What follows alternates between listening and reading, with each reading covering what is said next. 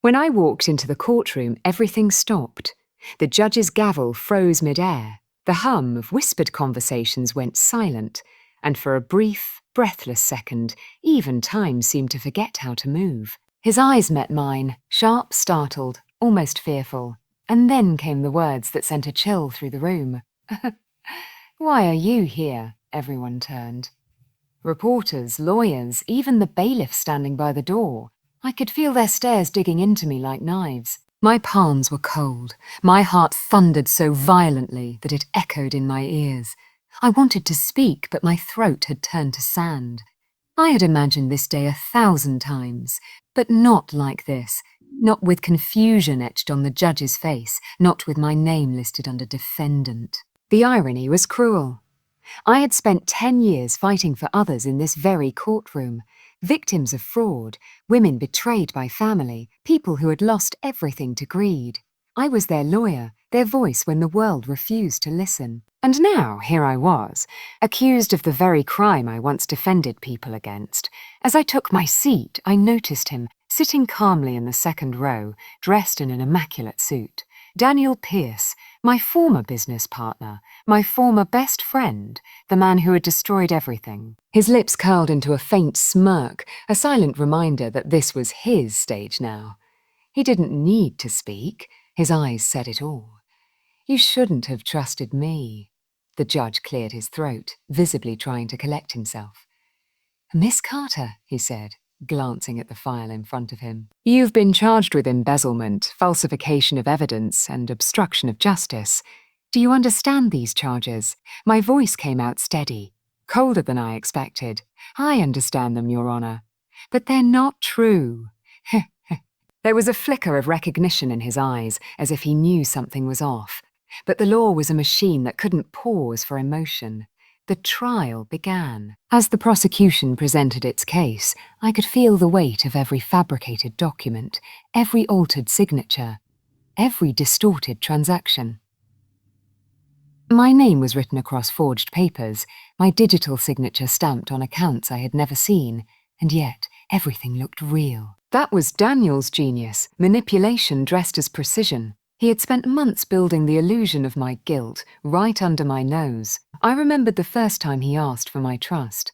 Flashback. It was late, maybe midnight, in our law office. Files stacked to the ceiling, the hum of the city bleeding through the glass. Daniel was exhausted, shoulders slumped over his desk. "Amir," he said, "we're drowning in this. If we don't get investors soon, we'll lose everything. Just let me handle the finances for a while, okay?" I hesitated. My gut told me no, but I saw the tired look in his eyes, the desperation of someone who'd stood by me through every uphill case. "Fine," I said, signing the transfer papers. "Just don't make me regret it." He didn't answer. He just smiled, that charming, careful smile that I would later come to hate. Day. Back in the courtroom, that smile haunted me from across the aisle. He sat there, whispering to his lawyer, pretending innocence, the very image of calm. But beneath the calm, I saw something else. Fear. He wasn't afraid of losing. He was afraid of what I knew. As the session ended for the day, the judge called both counsels to approach.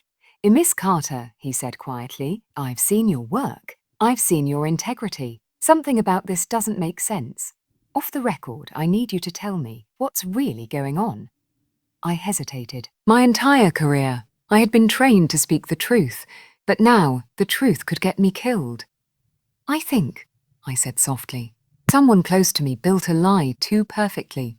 The judge studied me, his face unreadable. "Oh, then you'd better find a way to break it, before it breaks you."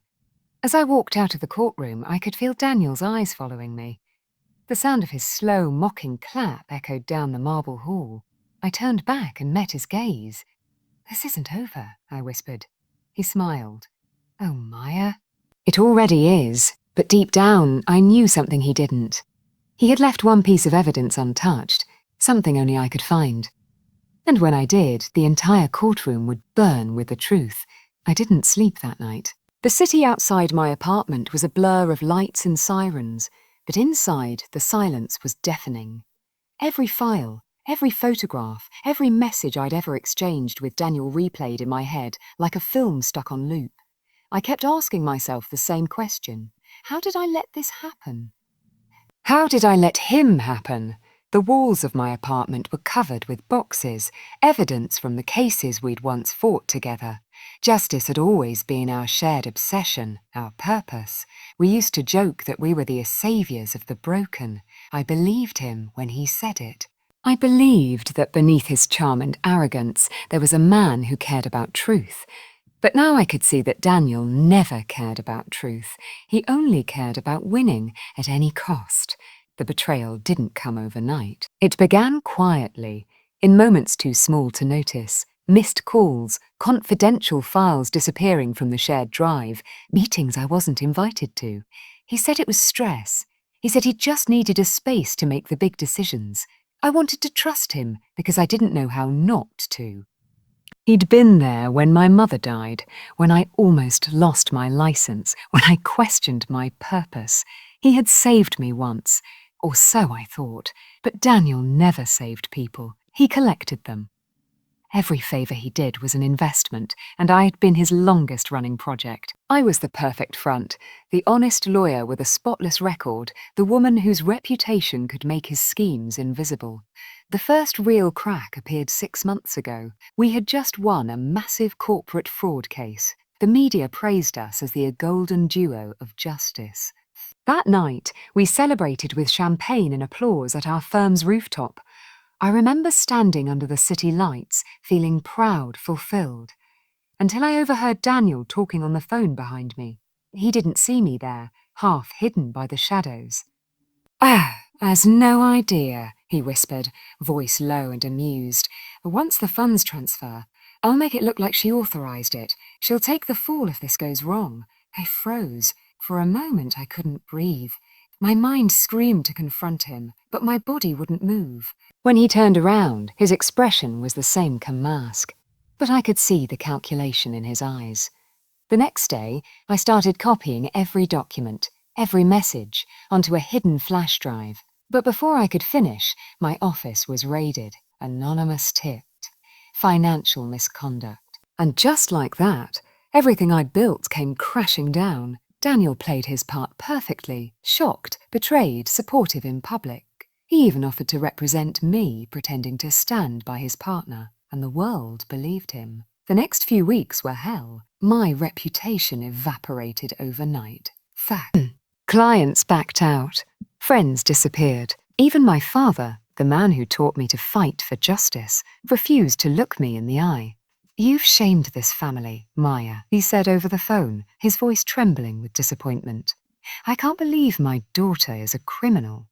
I wanted to scream that I wasn't, that I'd been framed, but the evidence was airtight. Every transfer, every signature, every trail led straight back to me. The lie had been built so cleanly, so perfectly, that truth didn't matter anymore. There was one person left who still believed me, an old mentor, Professor Elaine Warren. She had taught me in law school and had watched me grow. I went to her house late one night, desperate and broken. You have to help me, I said. Daniel's behind this. I just don't know how to prove it. She listened quietly, her hands clasped together, eyes sharp behind her glasses. You said you backed up files? She asked. Yes, but the flash drive was taken during the raid. She nodded slowly. If Daniel forged the documents, he had to access your personal encryption system. Remember that case you worked on 2 years ago, the one with the digital forensic expert? I blinked, realization dawning. Evanshaw. Elaine smiled faintly. Find him. If anyone can trace the original metadata, it's him. And if he can, Daniel's web will unravel. That night, I called Evan. He agreed to meet discreetly. When I handed him what few digital copies I still had, he said one sentence that ignited the first flicker of hope I'd felt in months. If Daniel forged this, I'll find the ghost code. The next morning, as I entered the courthouse for day 2 of the trial, Daniel's confidence was radiant. He leaned toward me as I took my seat. You really think you can outsmart me, Maya, he whispered. You forget. I taught you everything you know. I looked at him, a calm smile curving my lips for the first time since this nightmare began. You taught me how to fight, I said softly, but not how to lose. The proceedings began, and the prosecution moved to admit new evidence. Additional financial proof, they claimed, sealed my guilt. But when they handed the files to the judge, he frowned, confused. "These metadata timestamps," he murmured. Daniel stiffened. In that instant, I realised Evan had done it. The original timestamps embedded in the files didn't match the dates Daniel submitted. A crack, small but fatal, had appeared in his perfect lie. The judge dismissed the session early for technical verification. As I left the courtroom, Daniel caught up with me, his voice tight. "You think this will save you?" he hissed. I turned to face him, and for once he didn't look untouchable. "It's not about saving me," I said. "It's about ending you."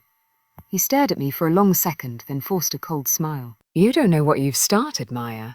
I walked away without answering, because I did know. What he didn't realise was that the truth wasn't just coming for him. It was already inside the courtroom, waiting to detonate. The morning of the final hearing felt unnaturally quiet. The sky above the courthouse was grey and heavy, as if it too was holding its breath. I stood at the bottom of those stone steps, my hands trembling around a small black USB drive, Evan's discovery. Inside it was the ghost code, the invisible fingerprint Daniel had left behind when he forged every piece of evidence against me.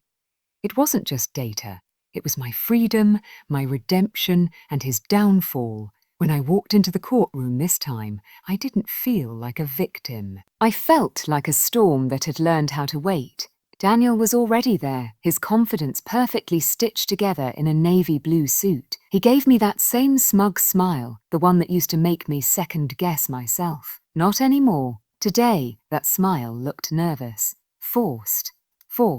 The judge entered, the room rose, and the air grew tight with expectation.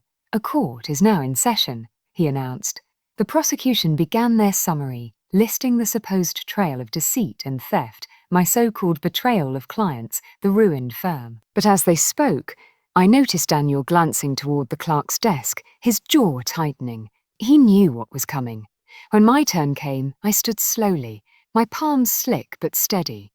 "Your Honour," I said, "new evidence has been submitted for verification. It concerns the authenticity of the documents presented against me."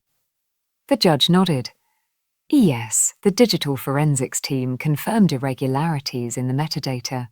Would you care to elaborate?" I took a breath, my heart hammering against my ribs. The prosecution's documents were digitally altered. The original files were created weeks later than the dates they claim. Embedded in the coding is an access signature belonging to one person, Daniel Pierce. The courtroom erupted in murmurs.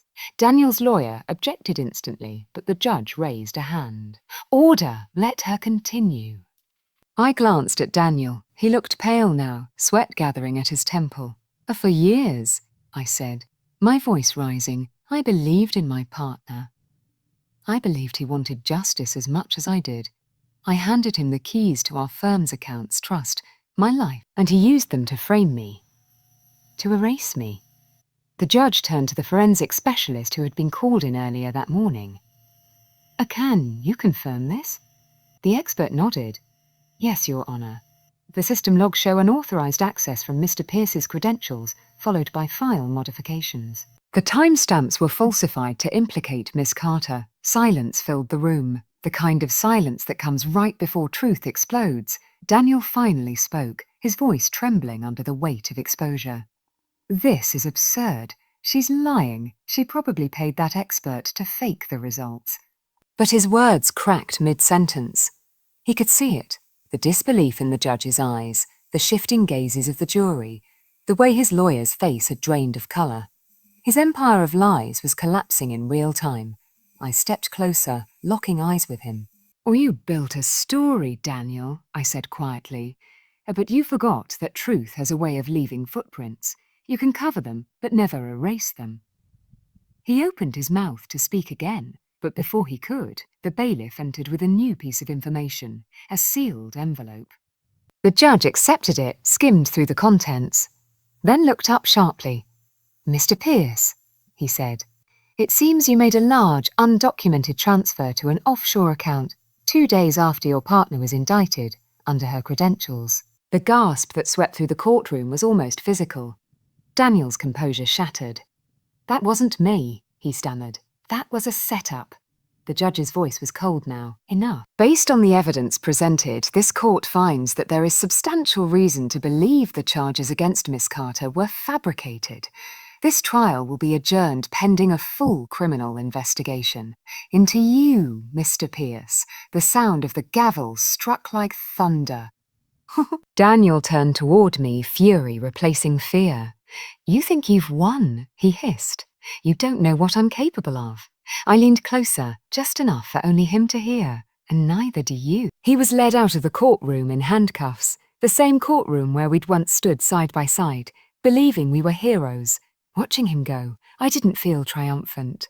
I just felt free. But freedom, I learned, doesn't always come quietly. As I gathered my things, the judge approached me privately. His eyes were tired but kind. "Miss Carter," he said softly, "justice takes strange paths. I'm glad it found its way back to you." Outside, the reporters swarmed. Microphones, flashing cameras, questions hurled like stones. "Were you framed?" "Yeah. Did you plan this revenge? What will you do next?" I didn't answer. I just kept walking. At the top of the courthouse steps, I looked up at the sky. The clouds had broken open, sunlight spilling across the marble. For the first time in months, I felt its warmth. I pulled the small black USB from my pocket and turned it in my hand, watching it catch the light. A tiny object that had carried the weight of my entire life. As I was about to leave, my phone buzzed. A message from an unknown number. "You think Daniel acted alone?" it read. My breath caught. Another text followed. "He wasn't the only one who wanted you gone." I looked up instinctively, scanning the crowd of onlookers and flashing cameras. For a moment, I thought I saw a familiar face. Someone from the firm, watching from across the street. But then they vanished into the sea of people. The world saw me as a woman who'd won back her freedom. But deep down, I knew the war wasn't over. Someone else had helped Daniel. Someone still out there, waiting for their turn. And as the courthouse doors closed behind me, I realized the truth hadn't just shattered the courtroom. It had opened a new battle. One I wasn't going to lose.